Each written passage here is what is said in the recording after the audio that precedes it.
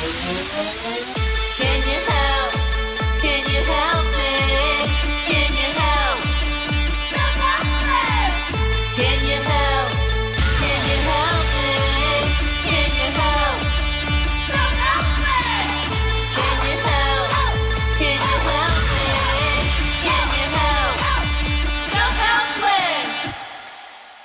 Hi there. Welcome to another episode of the Self-Helpless podcast. I'm Delaney Fisher. Kelsey Cook couldn't be here today, but I'm joined by a wonderful guest, Janet Knode. Janet is a 2-time cancer survivor and motivational speaker, and she is a big proponent of being your own health advocate, practicing gratitude, overcoming fear, and being present.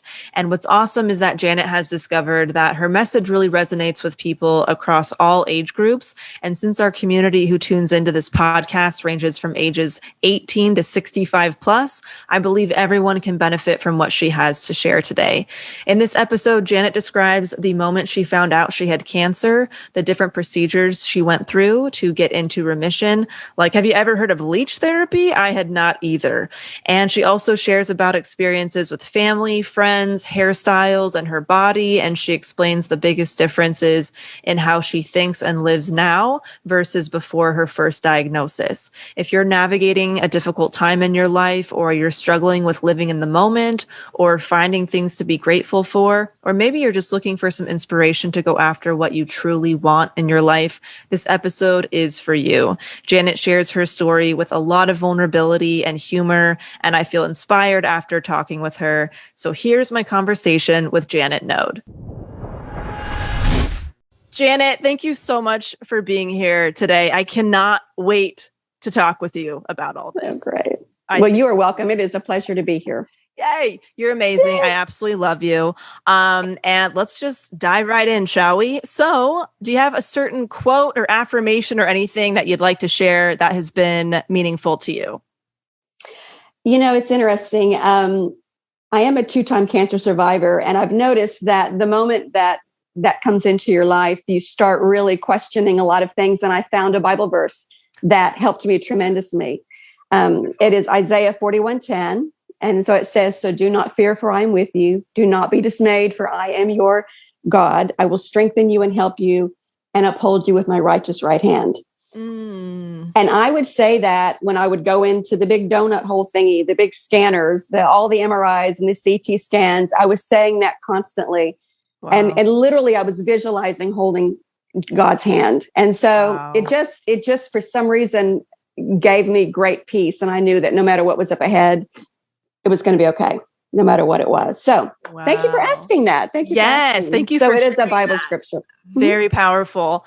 So can you share about the moment you found out you had cancer for the first time and what that was like?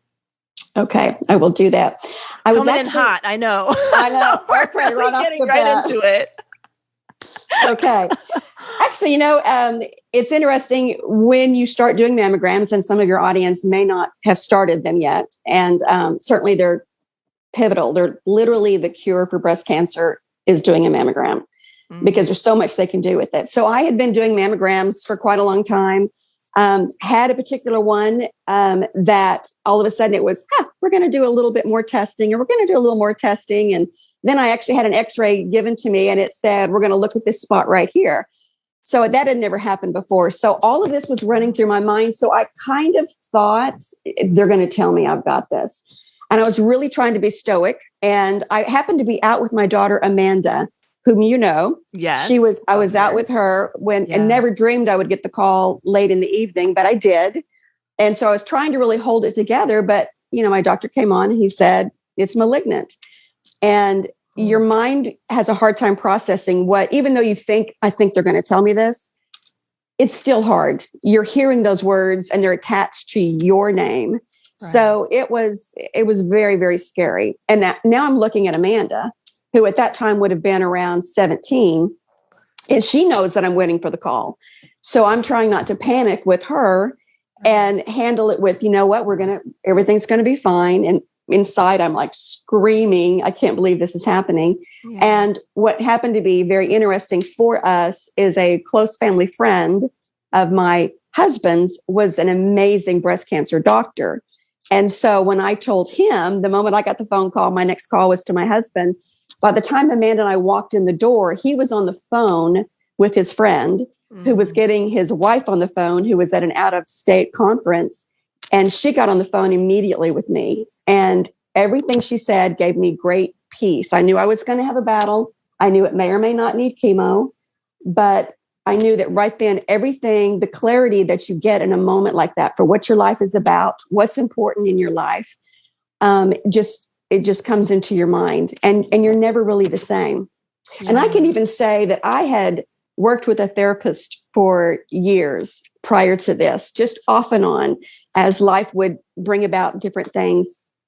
And she always realized that I was always focused on everybody else around me, just not on me. And she said, Janet, when you got that diagnosis, everything was about you. You focused on you in a way that I've been trying to get you to for the longest time. So it was a real eye-opening pivot to my path, and it stayed with me. It's just, if you love yourself, that's the first step towards health. Yeah. And it is just understanding that, we're all on this path, and sometimes big obstacles come out of nowhere and you're not expecting them. And I can tell everyone listening, you are so much stronger than you think you are. You just mentioned that, when you hear news like that, everything changes, right? And so can you bring us into that moment in a way where what was going through your head, and in what ways were you shifting, like, internally? Well, the fear is unbelievable when you know that you've got a situation ahead of you that you've got to face, and you can't ignore it. You can't go around it. You have to face it head on. And you start to wonder, am I up for this challenge? And then instantly you have to convince yourself, yes, I am. And because life is always going to give us things that are complicated to get around. So I was just filled with fear for a moment there. And then I'm looking at my daughter, I'm looking at my son, and I'm realizing, no, everything that in my life is worth fighting for. And you just come to a place where there's no time for drama. There's no time to get all in a pity party. It's go time. It is getting into a fight to save your life. And so just the fear was something that I had to overcome. But as with most people that have things like this happen to them, you got to get past that fear initially. Once you found out that it was malignant, what were the first steps as far as what kind of procedures did you have to go through? What was your specific process like with everything? Well, the first thing you want to do is, you meet with your doctor, and you walk in there. I remember walking in there and just hanging on every word that she said. But I had options. I could do mastectomy. I could do lumpectomy. I happened to have had larger breasts then than I have now. My natural ones I felt up for the challenge, so that I was saying, okay, we could do a lumpectomy, and would my chances be about the same for reoccurrence? And she said, yes, we can do lumpectomies. We've got to get a clear margin. And that was the route that I took the first time around, which would not be the same that I took the second time. But initially, that's what I thought I could do. And, what happens is, they go in for a lumpectomy. They're also going to be taking lymph nodes because they want to see if your cancer showed it had the ability to move. So if it was landing in any of the lymph nodes, they've got to figure that out, because then that means chemo. So we went in for the first lumpectomy, and I say first because there were more than one.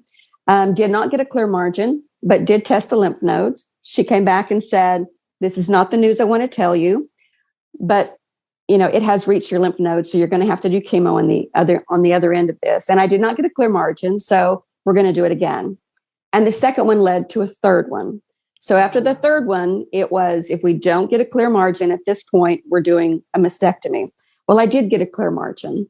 So I really felt like, okay, I'm going to live my life with one facing this way and one facing this way. Wow. Because of the way that the lumpectomy kept taking it this way. Right. And just for anybody listening, so a lumpectomy is when they try to take part of the breast, and mastectomy is the full breast, just to clarify those things.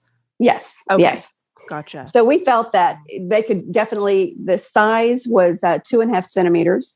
And so they felt like they could do a lumpectomy. And again, kind of, then it tailors the look of your breast, especially when you have to do 3 of them. But, it was just what was asked of me. I mean, you do what is asked of you.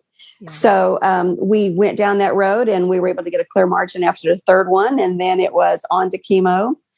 And, you're trying to save your life with chemo, but the first thought really is about your hair. It really is about, I'm going to lose my hair. Yeah. At that time, I had the thickest head of hair. And so there was just this moment where I thought, okay, I'm going to start the chemo, which is a scary process because, you're getting these chemicals placed into your body. But I just remember thinking, I am not going to wait for this hair to fall out. I'm going to go and get it shaved.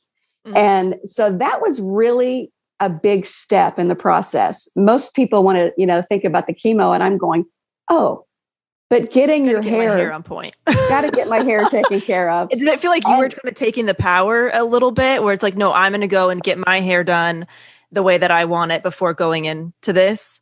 Yes. Yeah. Yes. Because, you feel out of control. Yeah. And it's just taking that little step to go, no, I'm going to own this part of this. I'm going to own taking my hair myself.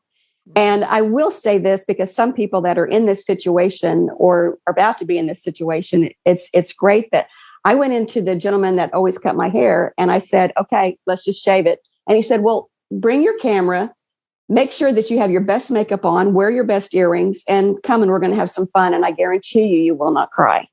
Oh, I was like, what an amazing hairstylist that is. I know it. Wow. So he made sure that the mirror was removed. He had a comedy channel, comedy playing in the background. Yeah. And he gave me mohawks of all different kinds. We were taking pictures and I was doing, really, trying to be tough. And we took a lot of pictures and he kept distracting me over and over and over. And then when it came time to really just take it all, he left a little like peach fuzz all over my head. And I said, well, wait a minute. Why is it not just clean? Because all this is going to still fall out. And he said, you're going to have to trust me that when you reach up and feel your hair, your head, finding just a little bit of your hair still in there is a very comforting thing because you may not lose it all. Wow. And I didn't. And it was a great thing. And the other thing he did, I'll mention, was 2 weeks before I started chemo, I had long hair. And he came in and he said, I'm going to give you a haircut and it's going to be short and it's going to be really stylish and really cute. And I said, why? Because I'm about to lose it all. And he said, because I need you to see what it's like with short hair, because I need you to recognize you don't have to wait until your hair grows long again for you to be you again. So he said, who is this person? This is amazing. Did he have a lot of experience with people? Yes. Wow. He had a lot of people. And so he realized, especially with those with long hair, that he needed to give me a go-between. And I loved the haircut. In fact, it was something he wanted me to do for a long time, and I was never brave enough. So it showed me, oh, I don't have to wait months and months and months to still be me. Right. So between that and the way that he did the mohawks and all of that, and I never cried through that part of it. It was just amazing. My husband, when I walked into my house, he knew what I was doing and I wanted to go by myself. He started crying when he saw me because he knew the bravery that it took to do that. Mm-hmm. And I know people that have gone through breast cancer or any type of cancer, but they have to lose their hair. And they're like, no, bring it on. I'll shave it. And it was not that way for me. I was brave to do it, but it was still something that was really bothering me because I wanted to look in the mirror and see myself. And when you don't have your hair anymore, you're not recognizing the person right away. And it takes a little bit of time to get used to the eyebrows being gone and the eyelashes barely being there. And, but you start to see a new person. It's not the same person that you were before, but you see this new person that starts to show up every day. And she's got determination mixed in with fear, but you start to recognize, I'm going to trust my reflection in this mirror. I'm going to trust this woman that I'm starting to recognize more and more. So it's actually an amazing part of the journey is the losing of the hair. Wow. And still being there. That's amazing. I've never even thought about that just from, a lot of hairstylists out there. They have that experience with people who are coming in to get a different hairstyle because they're about to go through chemo or they are going through chemo. That just blew my mind. So what happened next? You got the hairdo. What was the next step? Well, it's interesting because I got through that really well. And the rest of that evening, we were going to go get a wig for me because I wanted to wear a wig. Mm-hmm. And what was interesting was I was strong. I mean, I'd been through the worst of it. And I went to this wig shop and we were going to choose one and then he was going to style it. And the moment he started styling it, he took a phone call. And so I went from being so treasured by the gentleman that cut my hair to being so discarded by the gentleman that was trimming it that I burst into tears. I just fell apart and said, I'm leaving. Get me out of here. It just went from one extreme to the other. But that was, when you say what's next, for some reason that just stays in my mind because that was such a change for how that part went. And it's unfortunate, but when you lose your hair, you're going to either do wigs, you're going to do scarves, you're going to go without anything, so there's some choices to be made. And I went, thinking that I was going to do a wig. And, I've got great stories about my wig falling off accidentally and just, all kinds of things. My mom lives in Oklahoma City and I'm living in Houston, actually Dallas at that time. So she wanted to come visit me and she knew that I had my, head shaved and I'd sent her pictures. And so she comes to the door and I open the door and she's standing there with the cutest little new do that was, blonde and, kind of similar to mine. And I thought, you liked mine so well. You did it, right? I walked in and I went, oh, that is such a cute hairstyle. That looks great. And she went, oh, you really like it? She reached up and pulled it off her head. It was a wig. She had shaved her head. Oh, and she's standing there with my bald head looking at her bald head. And I couldn't even believe it. I said, well, what did you do? What did you do? Why would you do that? And I couldn't understand it. And then she said, Janet, I can't take this journey away from you, but I can walk it with you. Mm. And it was the most amazing gesture. And so as our hair was growing, we were constantly taking pictures and sending them back and forth as the little peach fuzz was growing out. But she was making sure that I was not going to go through this part of it alone. Mm. And I will forever be touched by that. Wow. Exactly. That's so nice. Yeah. Do any procedures stick out to you when it comes to like the logistics of what it was like going through chemo or any other treatment? Well, when someone goes through chemo, you are recognizing that you are harming your body to help it. And so you really have to try to keep it in a perspective that, that you're understanding I am actually doing something that's going to most likely extend my life. Now there are a lot of additional things that people can do with nutrition, with, holistic approaches as well as a complement to that. And in some people, even as a replacement to that.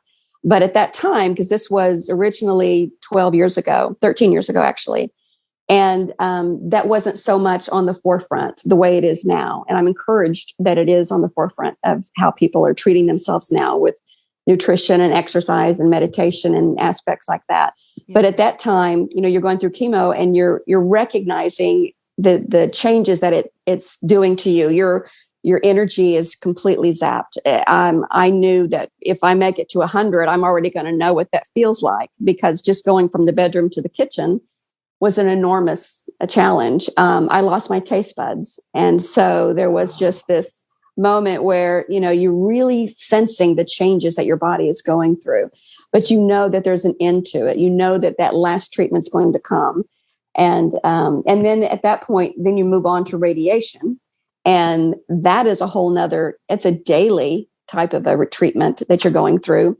And I was always amazed that, again, back then you're laying on a mold that fits you so that they can establish where the radiation has to go. I was tattooed, I think 5 times, five little dots that I will claim. What kind of tattoos are these? Are we going to get a show and tell? Tattoos, yeah.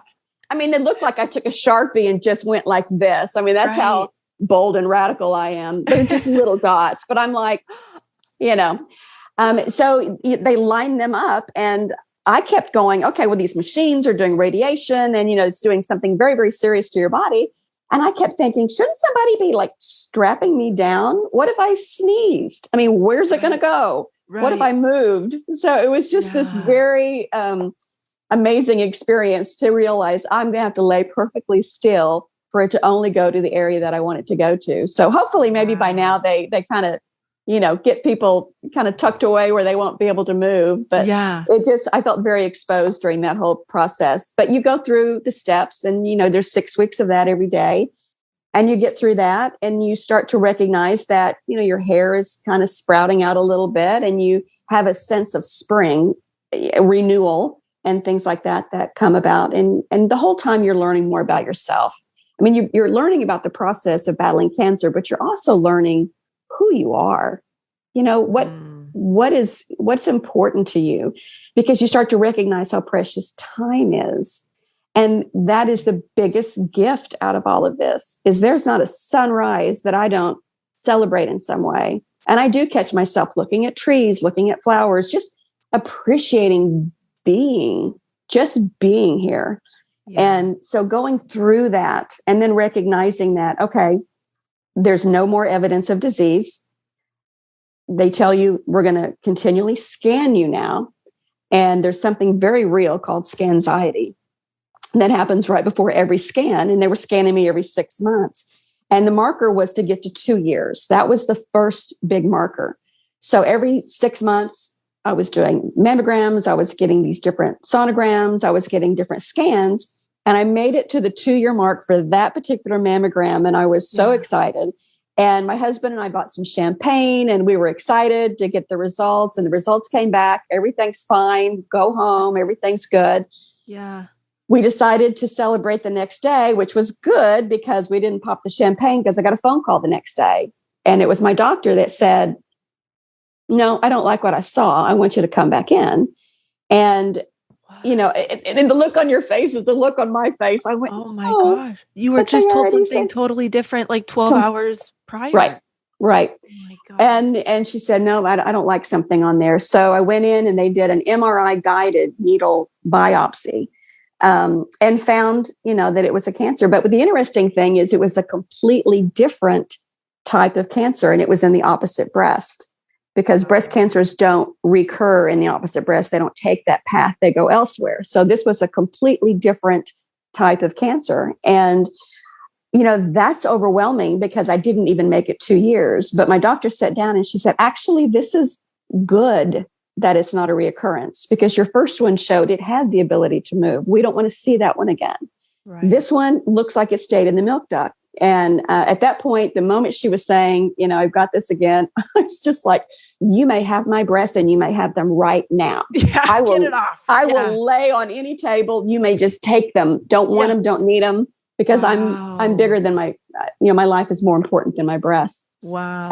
And that's when things got really interesting from a challenge standpoint, because I thought, okay, then I will do this double mastectomy. I will get, implants, and we'll move down the road. And the surgeon that she hand selected for me was saying, no, you've got a radiated breast. You can't put an implant in a radiated breast. The skin will not move the way you need it to move. So I'm going, what? So what do we do? Right. That's when he's like, oh no, we're gonna harvest from parts of your body. And I certainly had things to give to the cause. So he's like, no, we're gonna go hip to hip. We're gonna open that up, and we're gonna just harvest and bring tissue up and reconstruct the breast. So you'll go in the surgery room with breast, and you'll come out with breast. It'll be 12-hour different breast. Different breast. It's going to be, the breast will be different parts of, like fat from different parts of your body.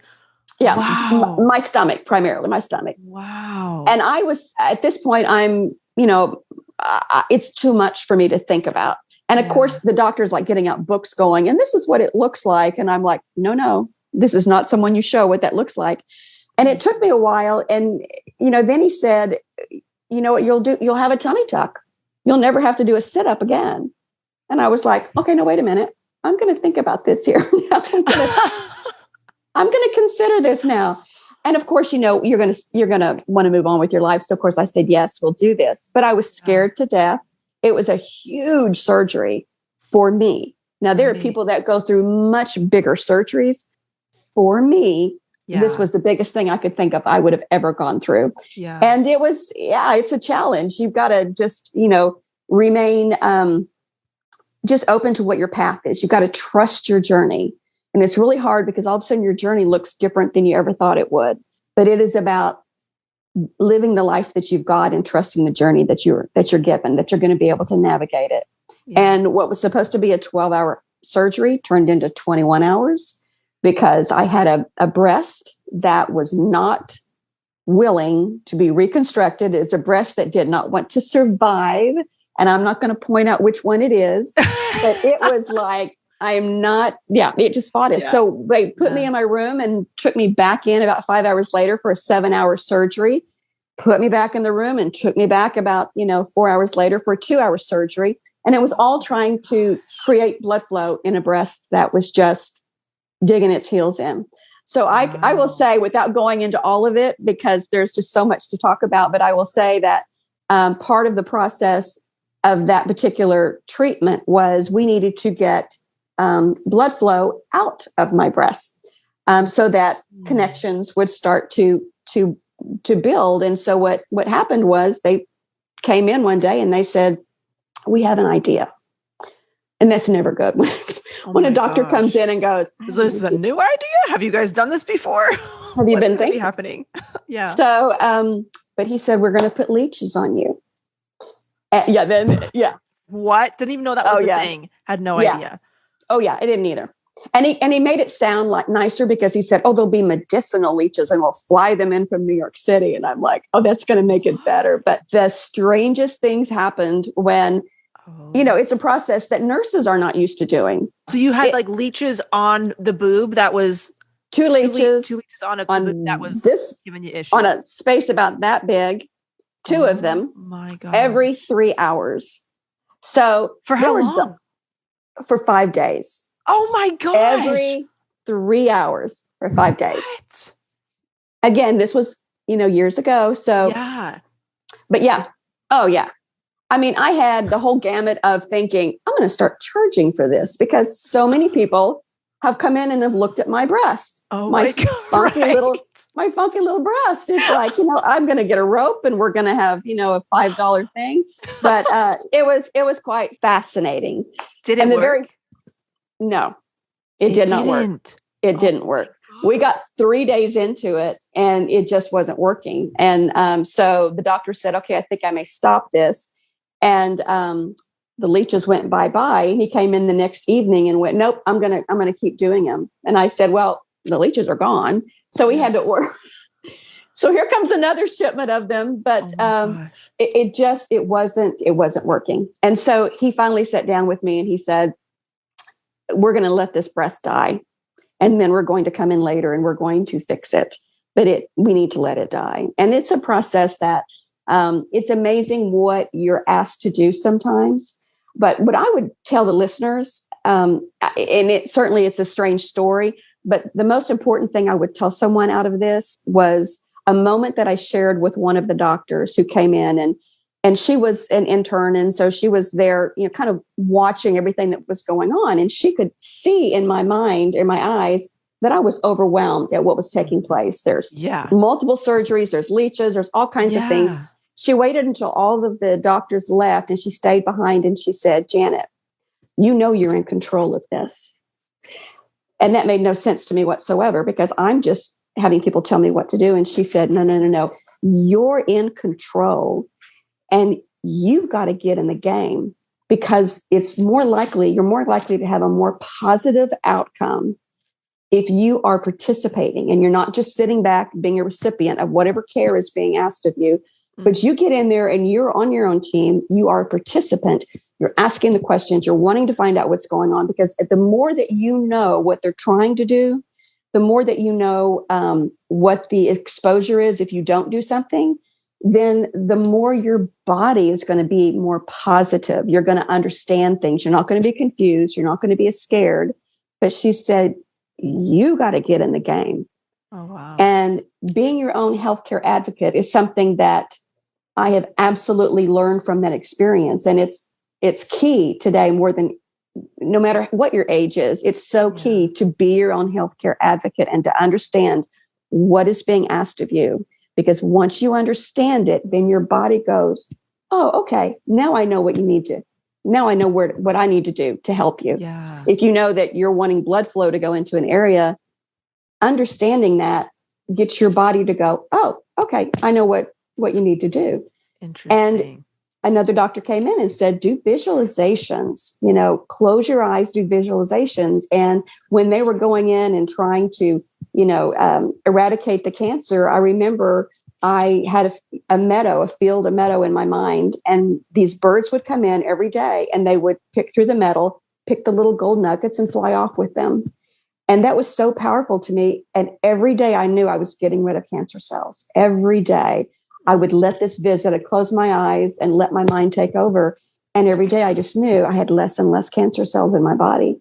So you've got, as an individual, you've got tremendous power to affect your health, to affect how you look at the world.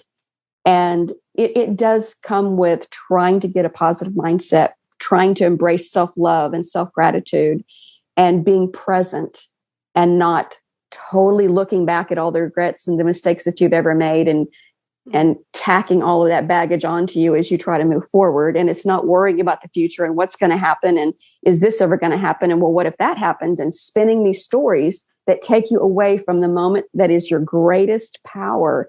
And that is the moment where you are. It is being present, because that is where your vibration is. That is where you have the ability to sit and be grateful. And, I know people that they write in a gratitude journal. They think of the top 3 things they're grateful for every day. And what I'm understanding more and more is once you get into gratitude, it shifts your energy. It shifts it to something more positive. And it forces you, in a sense, to be grounded in the day that you have, the day that you've been given, which is really all that you really, really have is the day that you've been given. And it helps you to be grateful for things. And I've had some people that say, well, I really don't know exactly what to say I'm grateful for. You know what? You got your eyesight, you got your hearing, you've got family, you've got friends that love you, you've got a roof over your head, you've got food on the table. There's always something to be grateful for, always. And when you have to fight for your health, that adds a whole new level of gratitude just for every day, for just making the best of every day. I would love to know how that nurse telling you that kind of shifted things for you going forward, and like how you maybe took more control. It did change things because I found myself being a kind of a different individual. I can reference a couple of moments where the very first time they put, can't believe we're talking about all this. The very first time they put the leeches on, they put 2 on, and then the doctor leaves and the nurse leaves. Now, at this point, I wasn't expecting to be left alone. Oh my God, just you and a couple leeches on your pillow. Yeah. Oh my God. I know. Yeah. So my daughter Amanda comes in and she goes, ooh, a leech. Did you catch it? She said, a leech. And I said, because I wasn't looking down. I was like, how many do you see? And she said, 1. It was like, get the nurse, get the nurse, get the nurse. Oh my God. The nurse comes in and obviously it has detached and it is looking elsewhere. So, the nurse comes in and I'm like, find it. And if you all want to do that to me, someone is going to park themselves in this chair right next to me and stay with me the entire time, or I'm not doing this. Yeah. And that is exactly what happened. Someone always sat with me with their eyes on what was happening. And that was very empowering to me. Mm-hmm. And then the second thing, again, with leeches is one evening, a nurse, I think I could tell, was called from another floor to come be my night nurse. And it was a gentleman. And when he walked in, his eyes were as big as saucers. And I recognized, oh, they just told you outside what you're about to do for the next 8 hours with me. And he came in, he went to the far corner of the room. And my nurse that had been my nurse was like, okay, well, these are the leeches. This is what we're going to do. And he's over there going, And she's like, well, so come over here. And he's like, I can see from here. And she told him all the things, and I could just tell this man was not up for the challenge. And so the moment that she got done, I turned to this nurse and I said, I am sure you are a fine nurse, but you will not be my nurse tonight. So you need to go find another nurse. And that's exactly what he did. After he clapped his hands and said, thank you, and ran out of the room.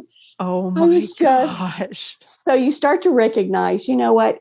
you need to be on your team. You need to get in the game. You need to ask questions. If you don't like the way something's going, you need to let that be known. So yeah, that's yeah. amazing because I don't think a lot of people realize they can even say something like that. I don't think that's what we would even kind of our default or, go to interaction would be. But I've been in situations where I'm like, man, I really wish that somebody else was helping me with this. And I never even thought to say, hey, I'm not comfortable. Please go find somebody else. I think that's super empowering and something that we can all take away from what you've just said. What happened after that? Were you then, you were in remission at some point? What was that process like? Well, we found out during this whole second episode that my cancer had not moved to the lymph nodes. So I would not need chemo, would not need radiation. So it was primarily healing from the surgeries. And it took some months because of the difficulties and that. But I was in remission. I had been in remission for 2 years previous, had the cancer again, and I'm, starting now to be in remission again. And then you go into every 6 months, you're getting scans, you're taking medication that there's numerous medications that they'll put you on that helps with, cancer not coming back to keep you in remission as best that it can. But you're also put in a situation where you've got to start doing things for yourself. You need to exercise, you need to eat right. And, all of that I was told, but it didn't make sense to me until someone sat me down and said, think about it this way. With nutrition, there are vegetables, there are fruits that in your body actually reduce cancer cells, actually, fight against this and boost your immune system, lessen your immune system. I mean, there's just a lot of information out there, and I'm going to be putting that on my website to just let people know what are the great foods that you can eat. And also for exercise, think about when you stay sedentary, then things in your body don't move around the way they need to. The blood flow is not going, the oxygen is not going the way that it would normally do if you were exercising. Mm-hmm. So if you think about water and you think about a pond, if water is not moving in a pond, it stagnates, it festers, right? It can build bacteria. When you think about a river that's flowing, that's moving, none of that is taking place. So I had a doctor say, think about it that way. When you're exercising and you're sweating, you're moving things around through your body. You're not letting anything stay in one area and fester. And that was a visual that made sense to me. It really did. And then you're sweating. When you sweat out toxins. You get those out of your body. So it's just learning how to take better care of yourself. And you do that because you learn to value yourself differently. You learn that you're worth all of this. You have fought so hard to be here that you want to take the steps that they're asking of you. So, meditating, oh my gosh, that is something that's been fairly new for me over the last couple of years. But there's so much power in focusing your mind and in keeping yourself calm and being guided through different processes. Because if you think about it, if you're in angst all the time, then your body stays in a state of dis-ease. You're not at ease. And so things over time can create issues and problems. And so it was empowering for me to become a healthcare advocate for myself. And I'm encouraging other people to do the same thing, because what you're finding is your body better than anybody. So, first of every month, feel yourself, feel your breast. It doesn't matter what your age is. Cancer doesn't know an age. Feel your breast, understand if something's different, and then go get something checked out. And as strange as this will say, finding something in your breast is the second best thing that you can have happen to you. The first best thing is always clear, nothing is there. That is always what you want. But if something is there, the moment you find it, from that moment on is your best chance to survive, to overcome. That is your greatest gift you've given yourself, is now the awareness that I've got to do something here. A lot of people, are worried, I don't want to search for anything because I may find something. So anyway, so just becoming your own healthcare advocate is just an important, empowering thing for you, no matter your age. And as a young woman in 20s and 30s, you may go, I don't know if I'm comfortable asking this doctor who's 50, who studied his whole life about something. But the doctor knows what he knows. You're bringing your information of what your body is about. And so you know it better than he does or she does. So it's just saying, collaboration.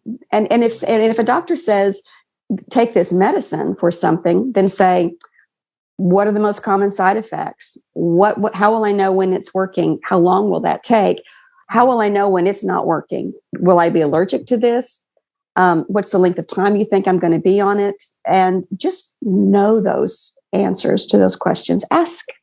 Yeah. All you can do is either get the answer that you need or find out that the doctor's not the right doctor for you. Yeah. I love what you said about exercise and movement. That visualization, that's going to stick in my head now, of that stagnant pond. And I love the way focusing on like the movement of your body is to get things flowing, to get the blood flowing. And, food as medicine, is super powerful.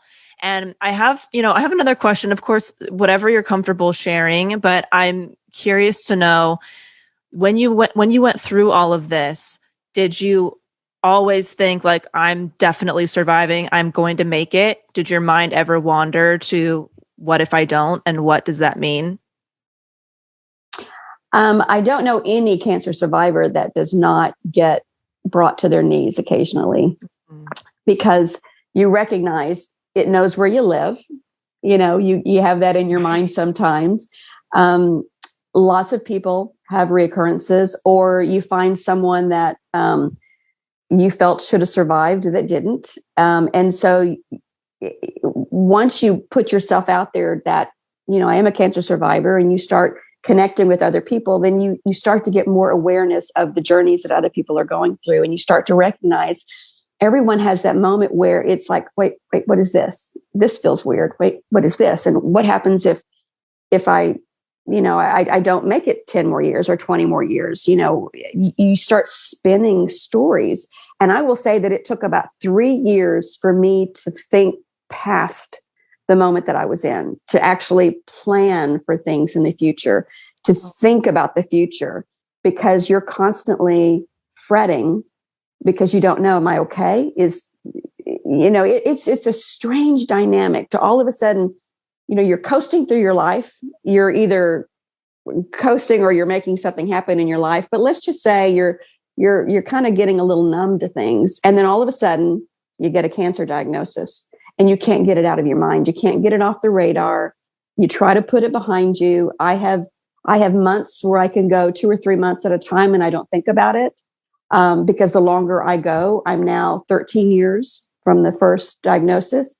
The longer you go, then the more time kind of can be between panic modes. But it is something that it is challenging. I know people that will say, oh, you're through cancer. That's great. Okay, go live your life. This is super.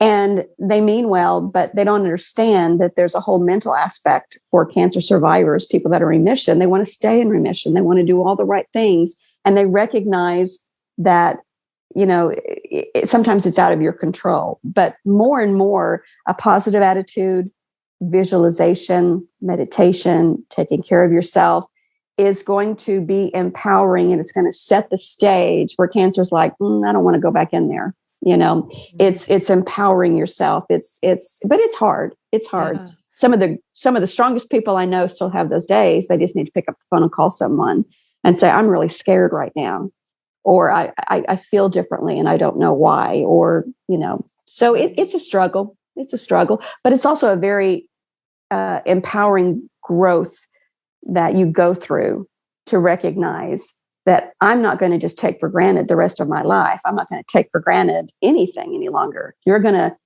soak it up. You're going to experience everything that you can. You're going to just be as much as you can on any given moment. Yeah. Because you recognize it is a gift. Life is a gift. Right. Life is an absolute gift. And think about how long this earth has been in existence, millions and millions of years. This is your moment and time right now to be alive, to have energy, to have love, to explore who you are and what living is about. And it took thousands and thousands of people to bring you and I here. Thousands. that went through all kinds of struggle and heartache and joys and triumphs to bring each of us here. So this is our moment. It's to be appreciated. It's to be lived. It's to be great. You're supposed to be grateful for things. And, the bad things are going to happen. They're part of life. But you'll grow through all your experiences, and you'll be able to understand, you're worth the fight, no matter what is asked of you. And I had a lot asked of me, but by no means is it more than anyone else. I mean, I know people that have been through much, much, much worse in severe cases and have had cancer, 4 and 5 times. Wow. So it is just something that, be grateful, be present, be in each moment, own your health. It's your greatest gift. And what I will say for those people listening, especially those that might be moms, is when you start to own your health, the people around you notice it. The people around you pick up on those cues. And your children, no matter what the age your children are, they always have the ability to learn from you. And they watch you. And sometimes you think you're getting away with stuff, and your kids are watching, they understand and they recognize. So how you face the difficulty, whether it's cancer, whether it's job loss, no matter what it is, how you face it is teaching those people around you how they can face it. And when they see you standing up and fighting for yourself, it gives them the courage down the road when they may be asked to do the same thing in a similar situation. Yeah, absolutely. Oh, everything that you've just said. Oh my gosh, so incredibly powerful. Did your family or close friends or anybody did you get treated differently when you were going through when they found out you had cancer, you were going through your procedures? Can you share what that experience was like? Absolutely. Most people don't know what to say to you. Sometimes you just have to give people grace. Just give them grace that they may not know what to do. But in my particular situation, I spent about 2 weeks thinking, I'm not going to tell anybody. I'm going to soldier through this. I'm just going to let my family know. I'm not going to start bringing in a bunch of friends and all of that because it just seemed too much for me to take on the feelings of everybody else when I was just trying to focus on myself. And that would have been the greatest loss for me if I hadn't recognized, no, people want to help. They want to be there for you. And opening yourself up to receive that is a gift.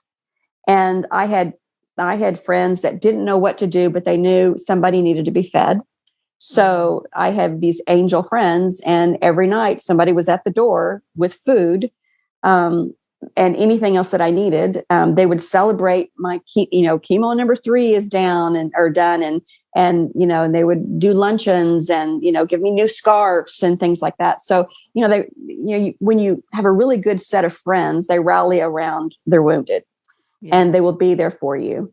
But it's hard to it's hard to open that up to people, to say, this is what I'm struggling with and this is what I'm going through, because the look on their face. And so sometimes, to tell the right person, that person's going to tell a lot of people. And so, sometimes they do the heavy lifting for you. Yeah. But so it's something that is challenging because you're trying to deal with your own set of emotions.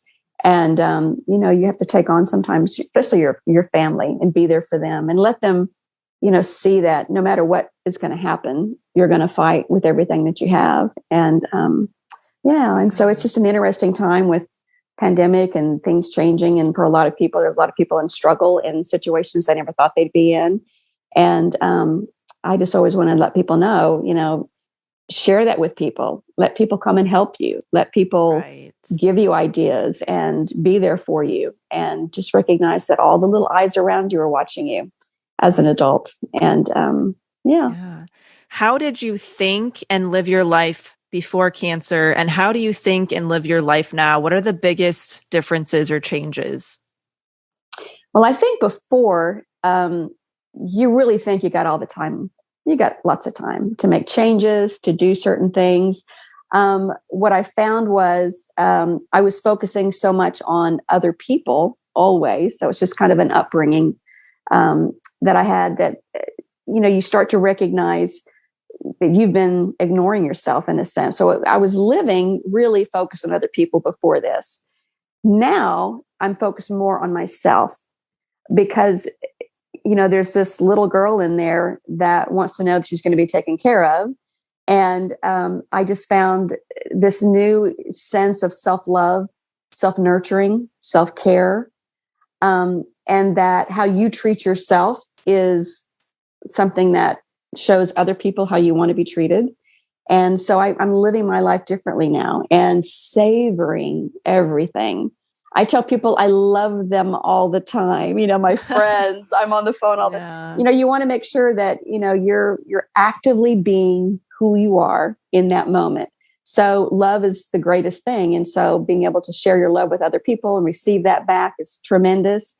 So I'm just more, I'm just more tender now. I'm more just appreciative of everything, because in an instant, you can hear words that will change your life in an instant. Yeah. So you can't take things for granted. Yeah. And it's just being grateful. And when you're grateful for things, more things tend to show up for you to be grateful for. But being your own healthcare advocate is something that's a huge change for me now. And I'm on the phone with other people too, saying, well, ask your doctor this and think about things this way, to try to get people to embrace. Don't just sit there, get on the field, get in the game. Be an active participant. Exactly. Don't just receive. Yeah. That makes a lot of sense. So if anybody tuning in right now has just found out that they have cancer or they're going through treatment, what would you say to that person? Well, I would say, first of all, take a breath. There's time. It is something that you can do research on from the standpoint of what are things that I can control.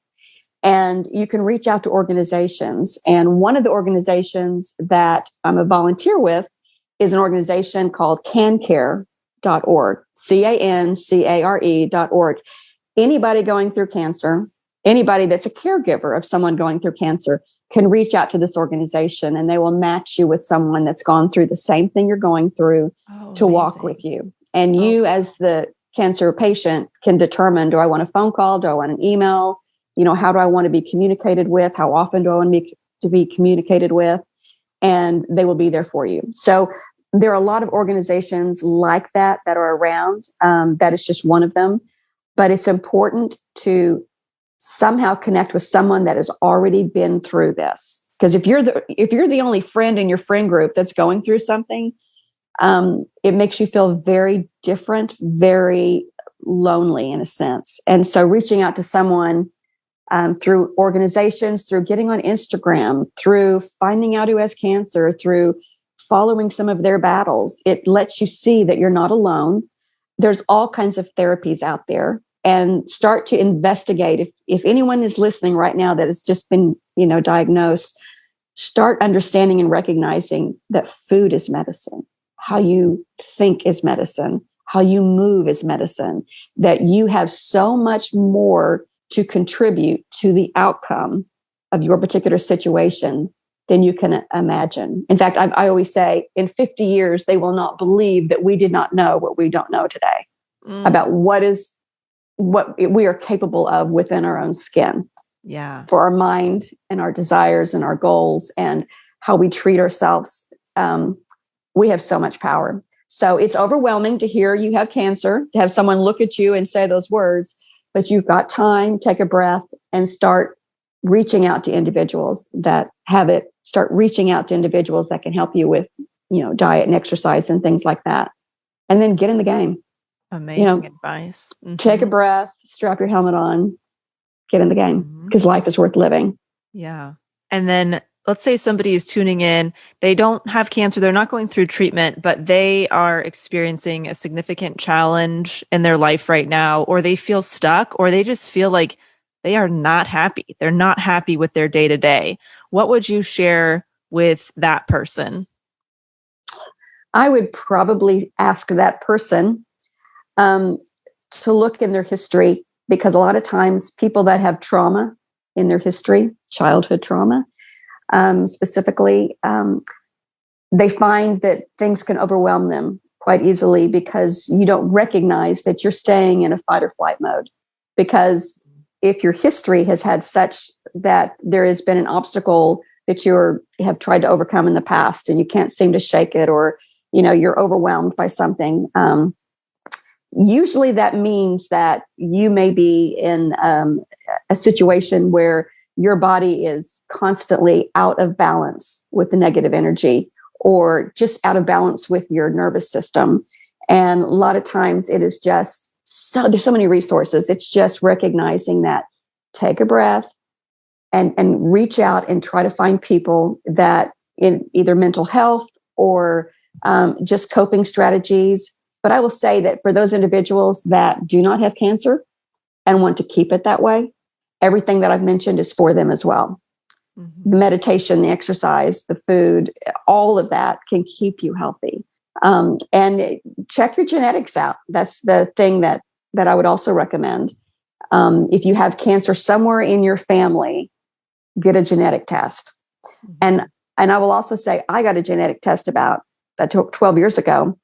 I didn't have the genes, that contributed. And so I thought, well, that's great because, I've got children.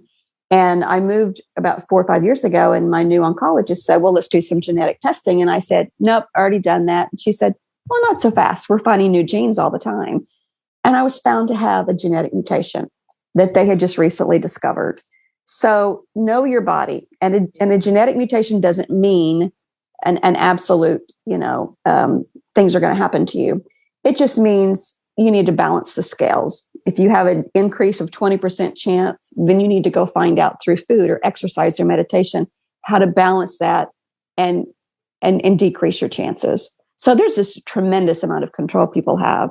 So, and everyone is struggling with something at some point in their lives. So you may feel that things are, my friends all don't have these issues, or I'm the only one. And you're not the only one. They do have issues.